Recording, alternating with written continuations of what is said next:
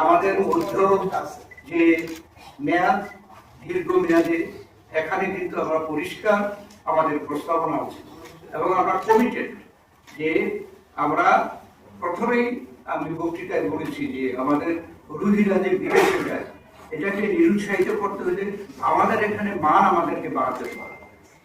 শিক্ষাক্ষেত্রে উন্নত মানের এখানে চিকিৎসক তৈরি করতে হবে, উন্নত মানের নার্স প্রতিষ্ঠান আমাদের তৈরি করতে হবে। এগুলো করার জন্য আমাদের কিন্তু মধ্যমেয়াদী এবং দীর্ঘমেয়াদী আমাদের এখানে প্রস্তাব আছে এবং আমাদেরকে যদি জনগণ সুযোগ দেয় এই প্রস্তাব অনুযায়ী আমরা এটা বাস্তবায়ন করব। এবং আমরা যখন দেশনেত্রী বেগম খালেদা জিয়ার নেতৃত্বে 2001-2006 ক্ষমতায় ছিলাম, এখন যদি আমরা বলতে যাই অনেক বলতে হবে। দেশনেত্রী বেগম খালেদা জিয়া এদেশে নতুন বেশ কয়েকটি হাসপাতাল করেছেন, যেমন ঢাকাতে